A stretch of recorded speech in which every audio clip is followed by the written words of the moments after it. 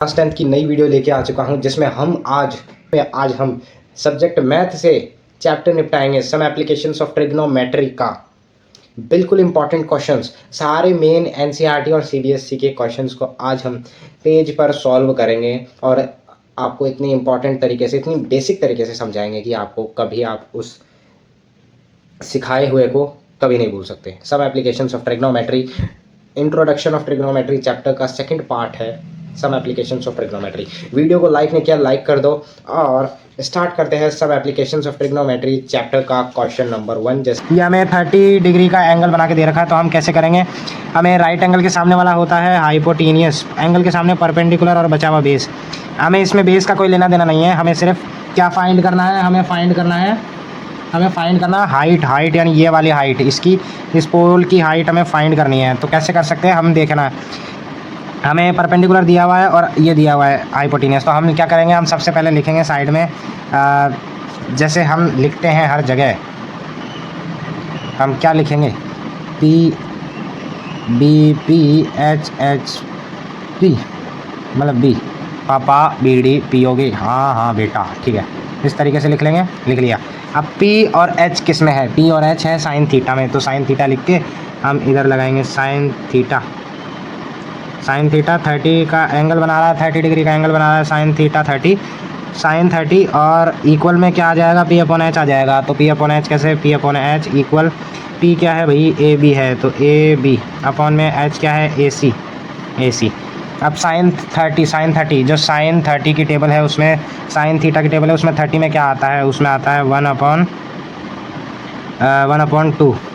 Equal A B क्या दिया हुआ है भाई, ए बी तो हमें फाइंड करना है, और ए सी क्या दिया हुआ है भाई, 20 मीटर दिया हुआ है। तो हम क्या कर सकते हैं, हम कर सकते हैं कुछ इस प्रकार से, ए बी को अलग कर देंगे, तो ए बी अलग आ गया।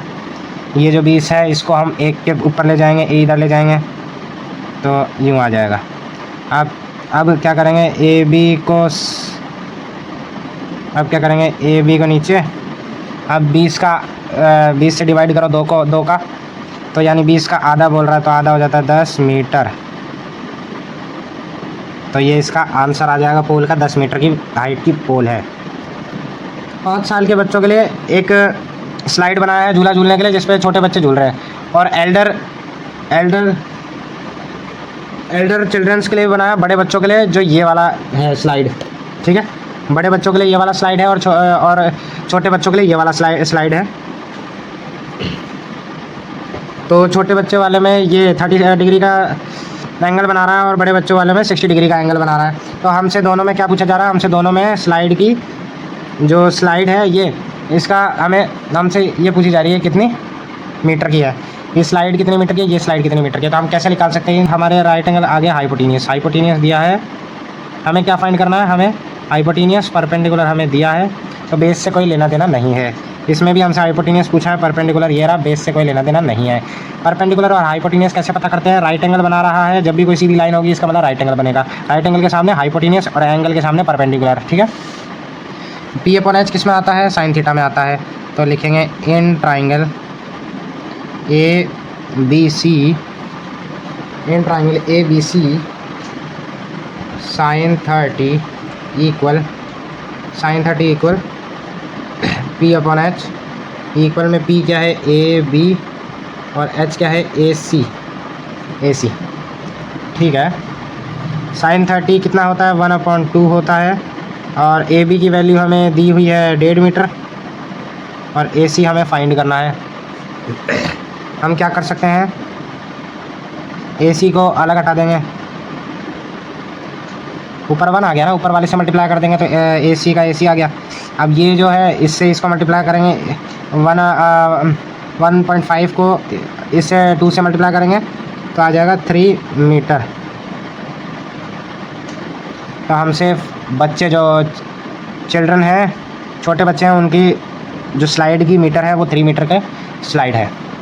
अब क्या है, अब बड़े बच्चों के लिए स्लाइड की मीटर निकालते हैं, लेंथ। तो कैसे निकालेंगे, इसमें भी साइन थीटा लगेगा, in triangle P Q R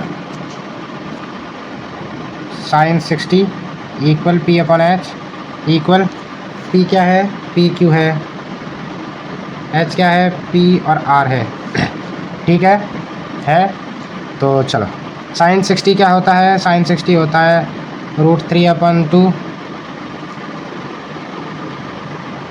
sine 60 होता है √3/2 इक्वल में पी क्यू क्या है 3 मीटर, पी आर का पी आर यूँ आ गया। अब कैसे लिख सकते हैं भाई, ये पी आर इसके साथ तो √3 पी आर, इसके साथ इसको मल्टीप्लाई करेंगे तो √3 पहले आ गया फिर पी आर आ गया, तो हम इसको थोड़ा आगे कर देते हैं पेपर को। ठीक है, फिर पी आर आ गया, इसको इससे मल्टीप्लाई करेंगे 2 3 जा 6। अब ये जो है √3 इसको इसके नीचे कर देंगे, तो आगे से करना चालू करते हैं। तो पी आर का पी आर, इसको 6 का 6 √3 नीचे कर देंगे तो √3। अब करेंगे रेशो, तो इनटू का साइन लगा के √3 इधर वापस आ जाएगा, √3 इधर वापस आ जाएगा। इस √3 से ये √3 गया, तो पी आर इक्वल 3, इस 3 से ये, इस √3 से ये √3 गया तो आ गया 3। अब ये 6 और ये साइड का √3 साथ में इधर आ गया। अब 3 की टेबल में 6 कितने में आता है, 3 2 जा 6, तो हमारे पास आंसर आ गया पी आर का 2√3 मीटर। तो ये इसका आंसर है। एंगल ऑफ एलिवेशन हो रहा है। एंगल ऑफ एलिवेशन किसे कहते हैं, जब नीचे से ऊपर की तरफ जाता है, जब नीचे से ऊपर की तरफ जाता है तो उसे एंगल ऑफ एलिवेशन कहते हैं, जब ऊपर से नीचे की तरफ आता है तो उसे एंगल ऑफ डिप्रेशन कहते हैं। तो अभी एंगल ऑफ एलिवेशन हो रहा है, 30 मीटर का ग्राउंड है, 30 मीटर का ग्राउंड है। अभी from the fort the tower 30 degree का बना रहा है एंगल। हमें फाइंड करना है, हाइट फाइंड करनी है टावर की। ये टावर है जिसकी हमें हाइट फाइंड करनी है। तो सबसे पहले क्या है, राइट एंगल के सामने हाइपोटेनियस, तो हमें हाइपोटेनियस से कोई मतलब नहीं है क्योंकि हमें बेस दिया हुआ है और हमें परपेंडिकुलर निकालना है। तो परपेंडिकुलर लिख लेते हैं और बेस लिख लेते हैं।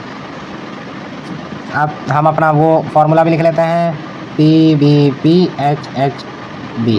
पापा BDP हो गए, हाँ बेटा। तो इस तरीके से हम लिख लेते हैं। अब ध्यान दो कि P हमें निकालना है और B हमें दिया हुआ है। तो P और B किस में आता है, तो P और B आता है tan थीटा में। तो tan थीटा में आता है, तो हम लिखेंगे tan 30 इक्वल कितना, tan 30 क्या होता है, P/B होता है। तो P हमें दिया हुआ है AB और B हमें दिया हुआ है BC। हमें फाइंड करना है P। तो tan 30 पे क्या आता है भाई, tan 30 पे क्या आता है भाई, tan 30 पे 1/√3 आता है। tan 30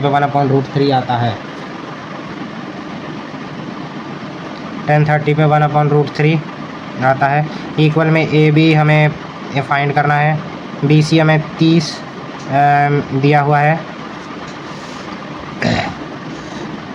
और अब क्या करेंगे, 30 का 30 AB को नीचे उतार देते हैं और ये जो है ये उधर ये जो 30 है वो उधर चल जाएगा। तो इक्वल 30 और √3।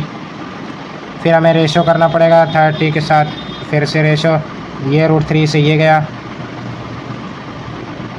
तो AB आ गया 3, ये √3 से ये √3 गया तो 3 आ गया, ये 3 और ये 30 और ये 30 इधर, ये √3 इधर। 30 मतलब 3 से 30 गया, 3 की टेबल में 30 आता है 10 में, तो AB लिखेंगे, 3 की टेबल में 30 आता है 10, तो 10 और √3 का √3 आ गया। और मीटर का साइन लगाना बिल्कुल मत भूलना, नहीं तो 1 या आधा मार्क्स काट लिया जाएगा सर जी के द्वारा। क्वेश्चन नंबर 5 चालू होता है। क्वेश्चन नंबर 5 में बोला गया है कि एक 60 डिग्री हमें क्वेश्चन नंबर 5 में बोला गया है एंगल ऑफ एलिवेशन हो रहा है ऊपर की तरफ एंगल ऑफ एलिवेशन हो रहा है और ऊपर की तरफ एक पतंग उड़ रही है, काइट उड़ रही है और क्या कर रही है, 60 डिग्री का एंगल बना रही है। और कितनी ऊंचाई पे उड़ रही है वो पतंग, वो काइट 60 मीटर की हाइट पे उड़ रही है। हमें क्या बोला गया है क्वेश्चन में, हमें बोला गया है कि हमें फाइंड करना है क्या, हमें फाइंड करनी है लेंथ, जितनी हमें फाइंड करनी है लेंथ, किसकी फाइंड करनी है लेंथ, हमें स्ट्रिंग जो धागा है, जिससे पतंग उड़ रही है, जो धागा है, हमें उसकी लेंथ फाइंड करनी है। तो चलो करते हैं। हमें सबसे पहले राइट एंगल दिया हुआ है। चलो, राइट एंगल के सामने होता है, राइट एंगल के सामने हाइपोटेन्यूस लिख लिया, एंगल के सामने परपेंडिकुलर। हमें पता चल चुका है कि ये किस चीज़ की बात कर रहा है। हम सबसे पहले हमारा लिख लेते हैं मेन चीज़ PBP और HHB। अब हम ध्यान से देख सकते हैं कि हमें किस चीज़ के बारे में बोला गया है। हमें H दिया गया है, हमें H निकालना है, और P हमें दिया गया है। तो हमें क्या निकालना है? P/H। तो P/H होता है क्या? तो P/H दिया है, तो इसमें लगेगा साइन थीटा। साइन थीटा बोले तो साइन थीटा 60 डिग्री का एंगल बनाएगा, साइन 60। P/H इक्वल, हमें P दिया हुआ है क्या? P क्या दिया हुआ है हमें, वो तो लिख लेते हैं A, B और C। हमने A, B, C लिखने के बाद हमें P दिया हुआ है क्या? A भी दिया हुआ है, और H हमें CA दिया हुआ है, CA दिया हुआ है। तो हम क्या कर सकते हैं? साइन 60 में आता है, साइन 60 में आता है √3/2, AB 60 होता है, और CA हमें फाइंड करना है। तो हो जाएगा √3 और CA इक्वल में आ जाएगा अपने पास क्या? इक्वल में आ जाएगा CA और √3, यानी √3 आ गया, CA आ गया। अब 60 × 2 × 60, 2 को मल्टीप्लाई किया 60 से, तो आ गया 120।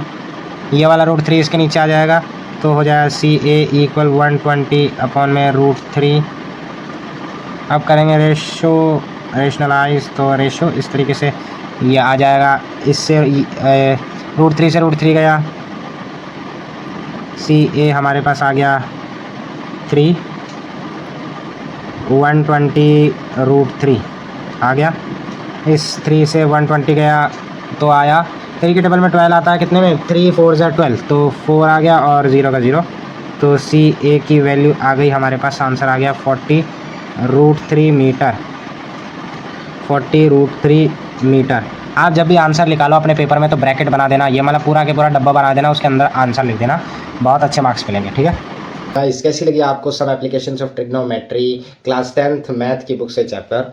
अच्छा लगा तो 1 लाइक ज़रूर करना। और मैं आपको ऑल सब्जेक्ट्स पढ़ाता हूँ और समझाता हूँ, खुद भी क्लास 10th का ही अभी पेपर्स की तैयारी कर रहा हूँ, यानी अभी मैं भी क्लास 10th में हूँ और आप भी क्लास 10th में हो और देख रहे हो वीडियो, तो बहुत अच्छी बात है। 9th में हो तो देख रहे हो, तो बहुत अच्छी बात है, क्योंकि 9th का तो मैं पढ़ के आ चुका हूँ, तो 9th तो मैं सिखा रहा हूँ, पर क्लास 10th में आपके साथ ही कर रहा हूँ, तो मैं वो भी आपको सिखाता जा रहा हूँ, जैसे जैसे होता जा रहा है सिलेबस क्लियर। तो वीडियो को लाइक नहीं किया, लाइक कर लो एंड चैनल को सब्सक्राइब कर लो। मिलते हैं आपको अगली वीडियो में। Good bye.